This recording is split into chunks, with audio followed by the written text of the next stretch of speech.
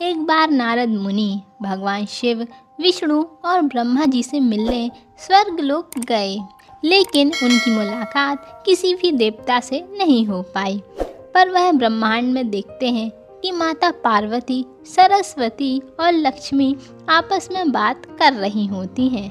तभी नारद मुनि तीनों देवियों से मिलने पहुंच गए और उन्होंने अनुभव किया कि इन तीनों को ही अपने पतिव्रत धर्म, शील और सद्गुणों पर बड़ा गर्व है।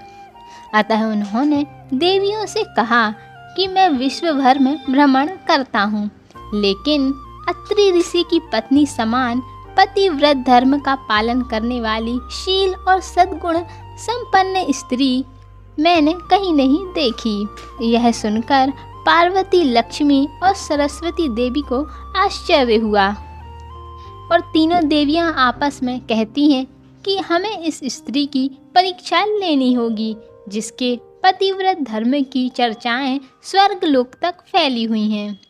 और वह तीनों व्याकुलता से अपने पतियों के पास जाती हैं। आप तीनों देवी अनसुईया के पतिव्रत धर्म की परीक्षा लें। तब तीनों देव अपनी अपनी पत्नियों के आग्रह करने पर वह इस बात को मान जाते हैं। अब वे तीनों देव ऋषि अत्रि के आश्रम में ब्राह्मण का रूप धारण कर जाते हैं। उसके बाद ऋषि अत्रि उनका स्वागत करते हैं और देवी अनसुईया भी उनके स्वागत के लिए आ जाती हैं और उन्हें अपने आश्रम में ले जाती हैं। तब तीनों ब्राह्मण यह कहते हैं कि हमें बहुत भूख लगी है और देवी अनसुईया आप हमें तत्पर ही भोजन लाइए। और फिर देवी अनसुईया ब्राह्मणों को भोजन परोसने लगती हैं। तब तीनों ब्राह्मण कहते हैं, देवी हम भोजन तभी ग्रहण करेंगे जब आप हमें निर्वस्त्र होकर भोजन परोसेंगी। तब देवी अनसुईया आश्चर्य में पड़ जाती हैं और फिर अपने पति ऋषि अत्रि के पास जाती हैं और उनसे यह बात कहती हैं।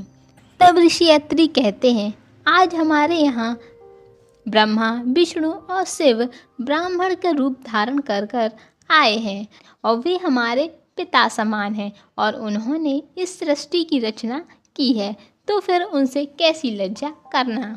उसके बाद देवी अनसुईया ऋषि अत्रि के चरण धोकर जल ले आई और उस जल को देवताओं पर छिड़क दिया और मन में प्रार्थना की कि आप लोग 6 महीने के बालक का रूप धारण करें। जल के प्रभाव से तीनों देवता 6 महीने के बच्चे बनकर बाल क्रीड़ाएं करने लगते हैं।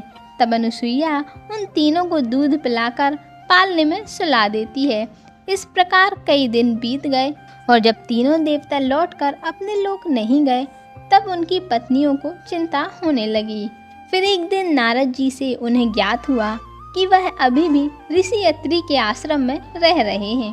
अब तीनों देवों की पत्नियां अपनी पति के विषय में सती अनसुईया से पूछने लगीं और अनसुईया ने पालने की ओर संकेत करके कहा कि आप तीनों अपने अपने पतियों को पहचान लें और ले जाएं।